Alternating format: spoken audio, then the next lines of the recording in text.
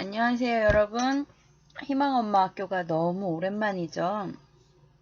코로나는 잘 이겨내셨죠? 이제 많이 잠잠해지니까 학교에 개학 소식도 들려옵니다. 이제 우리 엄마들이 해방인가요? 아이들이 해방인가요? 잘 이겨내신 우리 엄마들에게 그리고 자녀분들에게 정말 박수를 보내고 싶습니다. 다 같이 어려움들을 이겨내면서 그 과정 속에서 우리 아이들을 너무나도 가까이에서 오래 보다 보니까 때로는 지치기도 하고 때로는 아이들의 단점들만 눈에 유별나게 많이 띄었을 거예요.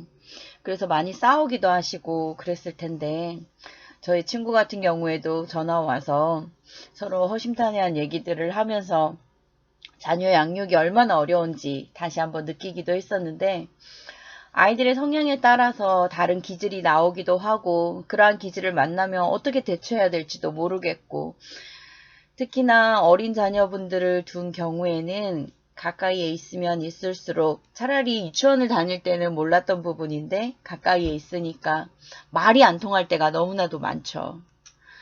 자, 우리는 언어를 왜 알아야 할까요? 언어는 왜 발달이 돼야만 하는 걸까요? 사람과 사람이 사는 곳에서 소통이 안 되면 그거만큼 불편하고 답답한 게 없잖아요. 한번 말이 안 되는 아이 입장을 한번 생각을 해보세요. 말을 하고 싶은데 엄마에게 이것을 꼭 전달하고 싶은데 소통이 안 돼요. 그러면 답답한 건 엄마일까요? 아이일까요? 둘 다겠죠. 그래서 아이들은 말 대신 울음대를 많이 쓰기도 하는데 언어 발달이 시기에 맞게 제대로 발달이 돼야지만 부작용이 없어요. 특히나 요즘같이 언어 치료가 많아지는 데는 그만한 이유가 있을 겁니다.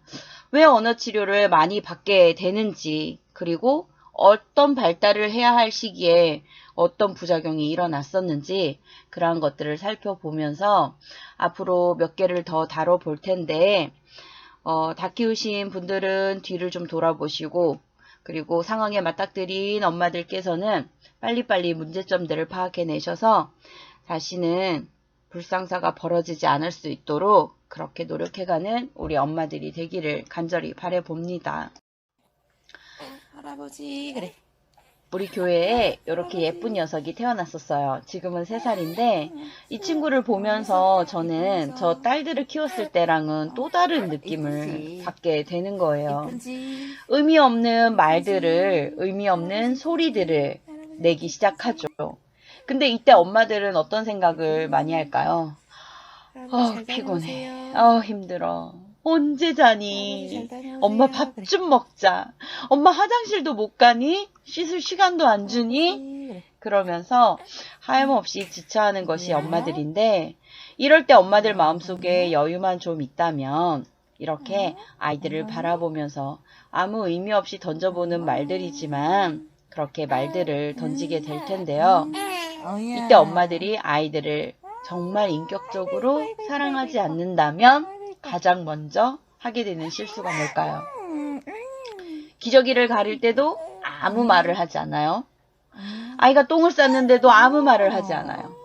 아이가 어. 막 울고 있는데도 어야. 그냥 분유를 타면서 아니면 모이를 먹이려고 준비를 하면서 아무 말도 하지 않아요.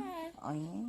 그리고 들려오는 건 휴대폰을 아이고 통해 이쁘게 들려오는 잘했구나 우리 동요, 영광이가. 텔레비전을 통해서 들려오는 소리들, 기계음만 그치? 들리는 거죠. 근데 희한하게도 아이들의 언어 발달은 사람의 소리에만 반응을 하도록 그치? 하나님이 만들어 놓으셨어요. 그렇다면 언어가 발달되려면 사람이 많이 말을 해줘야 되냐요? 기계가 실수 없이 떠들어줘야 하나요? 그치? 환경적으로 사람의 목소리가 들려야 돼요. 그러면 아이와 함께 있는 사람은 누군가요? 당연히 엄마죠. 그러면 엄마가 아무리 힘들어도 끊임없이 아이를 향해서 말을 해주는 거예요. 우리 영광이 똥 쌌어요. 우리 영광이 찝찝하겠구나. 그래요. 우리 애기 배고팠어요. 엄마가 얼른 준비해서 줄게요. 기다려봐요. 엄마 화장실이 너무 급해. 화장실 갔다 와서 기저귀 갈아줄게. 왜요? 졸리지 않아요? 자고 싶지 않아요? 그래서 우는 거예요? 그래도 엄마 너무 힘들어요. 이제 그만 울어요. 이렇게 쉴 새 없이 아이들을 향해서 말을 해주는 거예요. 그렇다면 아이가 알아듣든지 안 알아듣든지 끊임없이 말을 해주는 거예요. 처음에는 의미 없는 소리들을 끊임없이 반복합니다.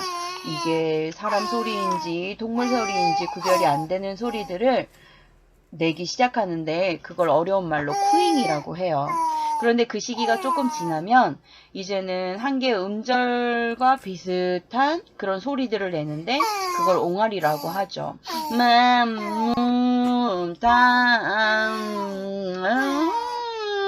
막 이런 소리들을 내잖아요. 그러니까 이런 모음같이 들리는 그런 쿠잉의 소리가 점점 자음하고 합쳐지는 소리로 변해가는 시기가 오는데 그러한 과정들을 통해서 아이들은 스스로 자기의 말을 만들어내고 있는 거예요. 그러니까 엄마의 목소리가 들리는 그런 환경이 있죠. 사람의 소리가 들려요. 그러면 아이는 끊임없이 그 말을 흉내내고 싶어 해요. 그래서 그 말을 흉내내면서 아이들은 그 말을 따라하려고 소리를 내기 시작하고 흉내를 내기 시작하는 거예요. 그럼 이 과정 속에서 엄마들은 해줄 것이 뭐예요? 가장 먼저 일어나는 게 듣고 말하기잖아요. 그럼 그 중에서 가장 먼저 일어나는 건 뭐예요? 듣기예요. 근데 들어야 되는데 들리는 환경이 아니에요. 늑대소년 아시죠? 늑대굴에서 살았기 때문에 그 짐승 소리를 내는 그 쿠잉 단계에서 더 발달을 못한 거예요. 왜냐하면 사람 소리가 안 들렸기 때문에. 우리 아이들도 태어나면 마찬가지로 동물 소리에 가까운 소리들을 뭐 고양이 소리인지 이게 떠오르는 강아지 소리인지 모를 그런 소리들을 내고 있지만 여기에서 엄마가 계속해서 얘기를 해주고 뭐 아빠가 계속해서 말을 걸어주고 정확한 입모양을 보여주고 소리를 내어주면 이 아이는 끊임없이 듣는 거예요. 계속해서 들으면서 그러면서 자기만의 목소리로 자기만의 언어로 그렇게 만들어가는 과정이 벌어지는데 앞으로 더 많은 얘기들을 다루어 보게 될 텐데 한 단계 한 단계 갈 때마다 우리 엄마들은 반드시 기억해야 될 게 뭐냐면 바로 이 아이들을 벽처럼 느껴지는 이 아이들 정말 태어나자마자 아무 반응이 없는 이 아이를 앞에 놓고 얼마나 사랑스러워야 끊임없이 말을 걸어줄까요? 나를 힘들게만 하는 대상으로 바라볼까요? 아니면 나를 끊임없이 불러도 대답 없는 남편처럼 그렇게 단단한 벽처럼 느껴지는 아이로 바라볼까요?